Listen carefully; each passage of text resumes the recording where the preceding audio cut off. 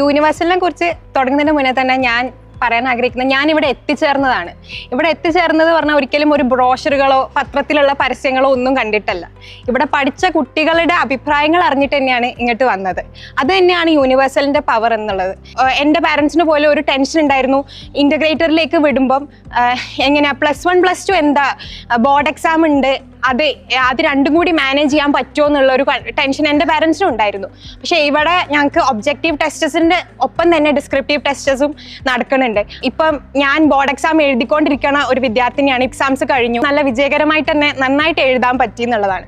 യൂണിവേഴ്സിനെ സംബന്ധിച്ചിടത്തോളം ഇവിടെയുള്ള ഏറ്റവും പ്രധാനപ്പെട്ട കാര്യം എന്നുള്ളത് ഇവിടെ ഓരോ കുട്ടിക്കും കിട്ടുന്ന പേഴ്സണൽ അറ്റൻഷനാണ്. ഞാനിപ്പോൾ 10ാം ക്ലാസ്സിൽ വന്ന ഒരു വിദ്യാർത്ഥിനി അല്ല ഇപ്പോൾ +1 കഴിഞ്ഞ് ഇവിടെ നിൽക്കുമ്പോൾ. അപ്പോൾ ഒരു കൊല്ലം ഇവിടെ നിന്നതുകൊണ്ട് I have become so stronger and I am so proud of that.